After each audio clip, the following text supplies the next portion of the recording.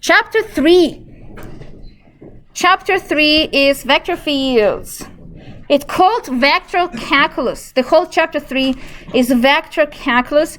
3.1 is a very beautiful introduction of the vector fields. Today you'll be impressed, and then on next week you will be suffering. This is a very nice explanation. I was always curious how accurate to tell people that this is the hardest chapter of this class. And then Dr. Payam says, welcome to the final chapter of your final calculus course. Like all the boss battles in computer games, the chapter is unbelievably hard, but it's also unbelievably exciting. Today is a gentle introduction of the vector fields. So a vector field is going to be basically a bunch of vectors. A vector field, capital F, is a function that associates a point x and y, or x, y, and z, and a vector from that point with a given direction. Do you remember what are two quantities of the vector? What is the vector?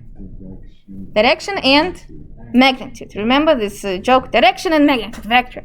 So here's the idea. It takes vector in 2D. Do you know that R2 means 2D, right? Real numbers, two-dimensional. That's the notation. Or 3D, doesn't matter. R3 is 3D. Or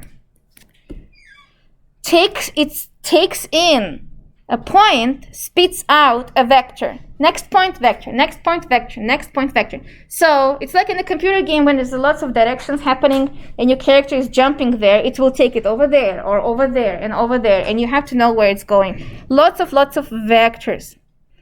Examples, a wind map. That's exactly what I'm trying to explain. If you throw a plastic bag in the windy weather, where it's gonna go? As you can see, we like color coding things, so that is a scientific way to do color mapping to see which wind is stronger and where does it go. Ocean currents, of course. Ocean currents, if you threw, some people were doing this experiment by washing in the toilet the GPS and see where it's gonna go, and then they had a very nice map. How far does it go? Yeah, it definitely doesn't like a long overheating. Yes, I see.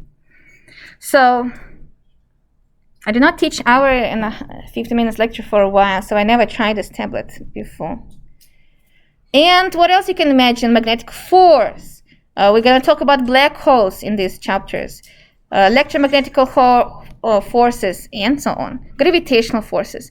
And as always in my classes, I prepare lots of cool animations to show you, because your generation is lucky, because finally you can actually enjoy lots of cool animations that other people made for you. So I had to imagine all of this, but you guys can actually see some visualization.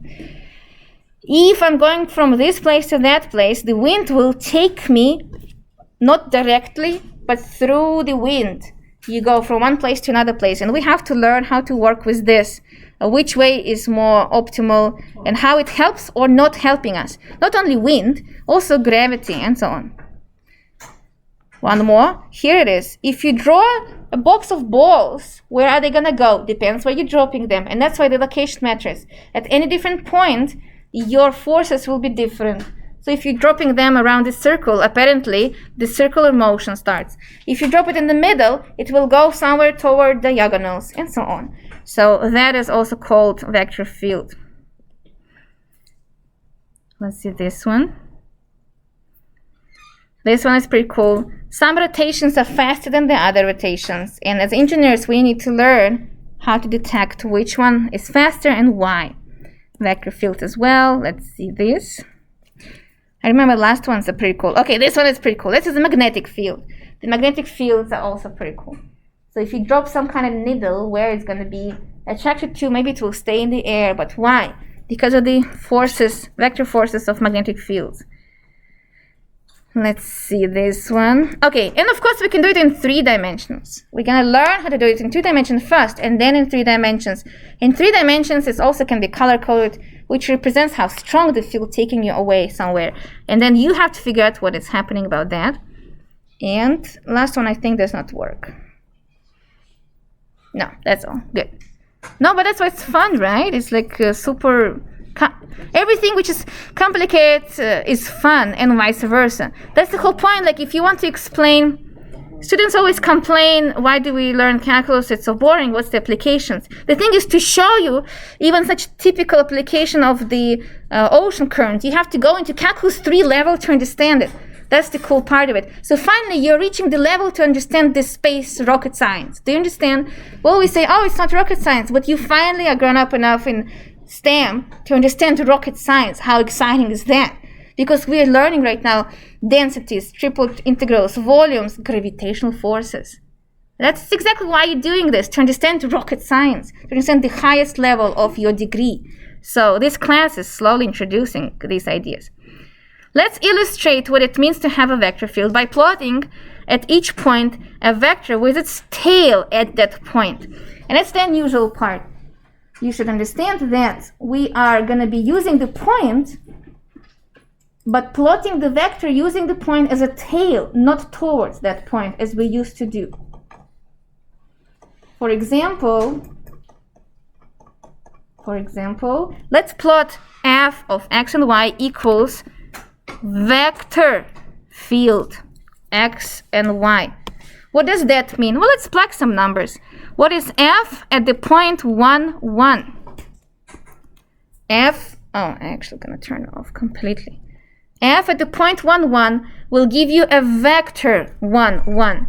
We need to review, and hopefully you remember from the first week of this class, how to draw vectors 1, 1. Do you remember how to draw vector 1, 1? You find a point, it will be 1, 1. Using it as a tail, you go 1 unit to the right and 1 unit up, right?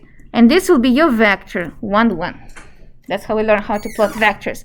A vector has a notation with these brackets. Nice. What about vector of, I don't know, at the point 3, 1? Well, in this case, x is 3, so it's going to be 3. Y is 1, which is 1. That's the simplest example. So now at 3, 1, I will draw a different vector. This vector at 3, 1 will be 3 units to the right. So the magnetic force, for example, dragging it to the right stronger than up. So it's going to be like so. 3 times stronger going to the right than up. And so on. At 2, 2, it's 2, 2, and minus 3 and 1. It's minus 3 and 1. So it looks like this. It looks like this. The farther you go away from the center, that's the orientation, the stronger the force will be towards the direction you're going away. If I'm going away towards y, my y will be huge. So for example, if I'm over here at x equals 1,000, my vector will be 1,000 to the right and something up. So that's why it means this vector field is getting stronger the more away you are from the center. Pretty cool idea. At 0, it is 0. As you can see, each point has a vector starting at its tail, like so. So, many applications as force field, velocity field, gravitational, electrostatic fields, emotional attraction? I guess so. Let's see more examples which will crack your mind a little bit, because this one was too simple. How about sketch the graph of the vector field f, y, but now it's going to be minus yx. Okay, very interesting. The first input is still your first component. The second input is your second component. The third, we don't have a third one, is your third component. But now the rule is different. The rule was changed. You take and put minus y at the beginning. Solution. Minus y. So at 1, 0, what vector should I build at 1, 0? Point 1, 0 gives you different vector now. Not 1, 0 anymore. What is going to be? 0, 1. Agree or not? Because 1 is x. X just goes to the second component. 0 is y, goes to the first component. How about 0, 1? 0 is my x, goes to the second component. 1 is my y. First component says minus y, so it's going to be -1, exactly. So you see the rule changed. F at -1, 0 will be 0, -1, and so on. You can build as many as you want to help you to figure this out. The cool part is, let's see what it's gonna be. Here is my sketch of this two-dimensional vector field, x, and y. Let's review how to sketch these things. At the point 0, 1, at the point 1, 0, 1 to the right, 0 height, 1, 0. I'm using this as a tail for the vector 0, 1. But vector 0, 1 says don't move left or right, change in x is 0, move up by 1 unit. That's the first vector. That is the vector 0, 1. Wow, it's perpendicular to x-axis because the first component is 0. How about this vector? It's going to be perpendicular to y-axis because the second component is 0. When the component is 0, it means don't move that way. So it's going to be exactly perpendicular. So at this point, which is 0, 1, it will move to the negative direction, which is here, perpendicularly. Then at this point, it will go here. And then at this point, it will go here. Then when we increase, so let's say at point 5, it will go stronger. Not only stronger, but I would say at this point.